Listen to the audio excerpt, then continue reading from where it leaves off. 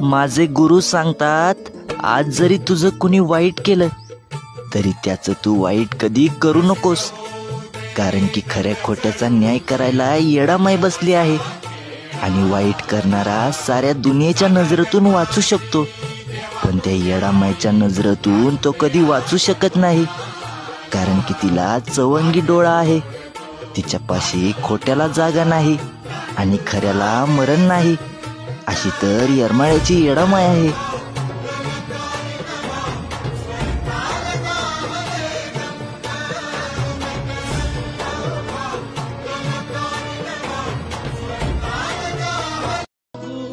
तर मित्रांनो, मी येरमाळ्याला मुक्कामासाठी आलो होतो. या माझ्या येडामाईचं रूप पाहण्यासाठी माझे डोळे खूप आतुरले होते. खूप अडीअडचणींना सामोरं जाऊन मी येडामाईपाशी आलो.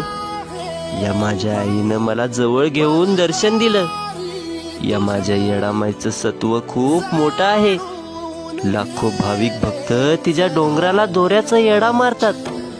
माझी येडामाई सर्व भक्तांचा नवस पूर्ण करते.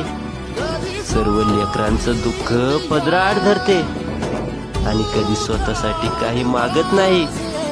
या माझ्या आईला हवंय तर फक्त हळदी कुंकाचा मान.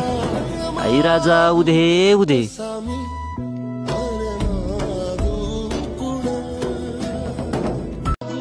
सोडून दिलं येडामाय मी सर्वांना बोलायचं आई. आपल्या चांगल्या बोलण्याचा समोरच्या व्यक्तीला त्रास होत असेल तर एक वेळी शांत राहिलेलंच बरं. या माझ्या येडामाईला माहिती आहे मी किती चूक आणि मी किती बरोबर आहे. माझ्या आयुष्यामध्ये काही उरलं आहे तर ते फक्त माझी येडामाई आहे आणि हे जीवन मी येडामाईच्या जीवावरच जगणार आहे.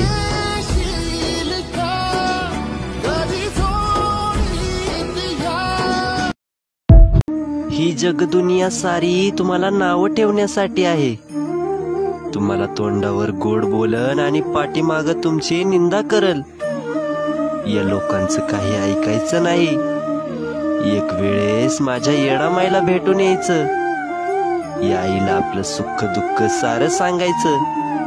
बघा माझी येडामाई तुमच्या जीवनामध्ये आनंदी आनंद करन. आई राजा उधे उधे.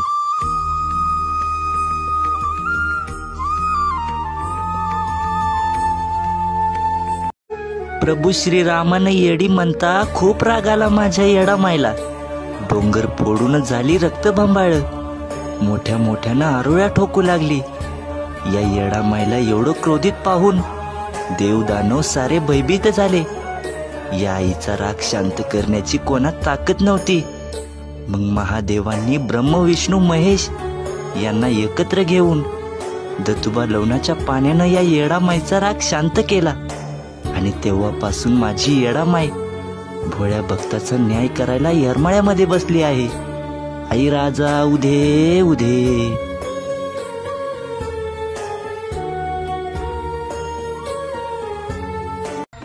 चांगल्याने चांगलं आणि वाईटाने वाईट समजलं मला, पण माझ्या वाईट वेळेत कोण कामी नाही आलं. सर्व माझ्यापासून आपोआप दूर झाले आणि त्याच वाईट वेळेमध्ये येडामाईनं माझा हात पकडला आणि मला येरमाळ्याला घेऊन गेली आणि माझं गाराण ऐकून घेतलं आणि या आईनं मला लेकरावानी जीव लावला.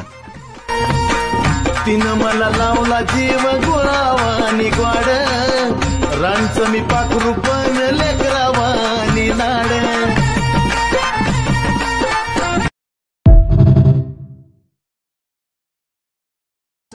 येडामाय पुढचा जन्म मला फुलाचा दे आणि तेच फुलाई हार बनून तुझ्या गळ्यात पडलेला असावा. हार बनून तुझ्या गळ्यात पडावा, गळ्यात पडावं ग माय गळ्यात पडावं. हार बनून तुझ्या गळ्यात पडावं, गळ्यात पडावं ग माय गळ्यात पडावं. येडामाईचं लेकरू मी. या आईच्या शब्दाचं पालन करणं, येडामाईची सेवा करणं हा माझ्या आयुष्यातला सर्वात महत्त्वाचा नियम आहे. आणि ज्या दिवशी या येडामाईचं नाव माझ्या ओठावर नसेल तो दिवस माझ्या आयुष्यातला शेवटचा दिवस असेल. आई राजा उधे उधे.